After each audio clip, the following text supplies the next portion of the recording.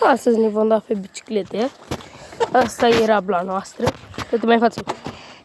Și acum o să ne dăm. Hai, dați jos. De pitroașcă. Da, hai. Du-ți.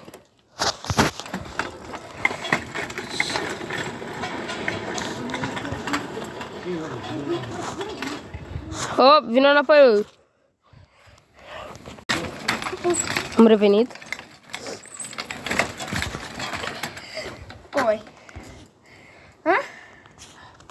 Putem vorbești, mă. Haideți. Acum încearcă și el. Hai, du-te. Japonia.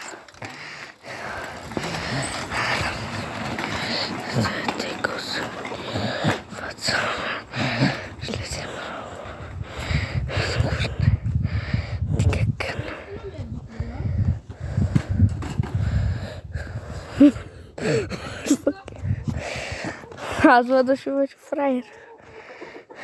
Haide că revenim pe deal. Am revenit din nou, acum o să mergem pe alt deal. Hai. O să facem când o să ajungem. Vorbește. Gata. Acum urcăm dealul ăla care urcă mai înainte. Care l-ai coborât. Ai cam mare dealul. Nu contează. Hai. Uitați. 3, 2, 1 și.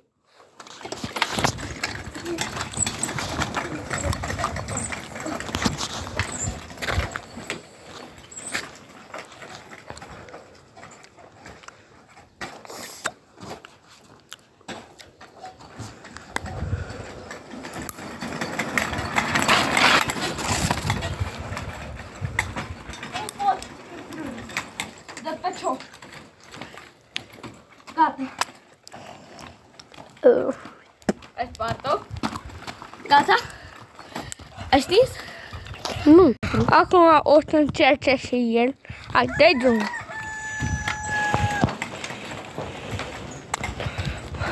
Ha, că am mari probleme. Hai să ducem la sacul din box.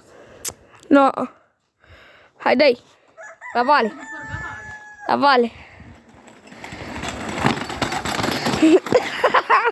Bicicleta a durat. El aici.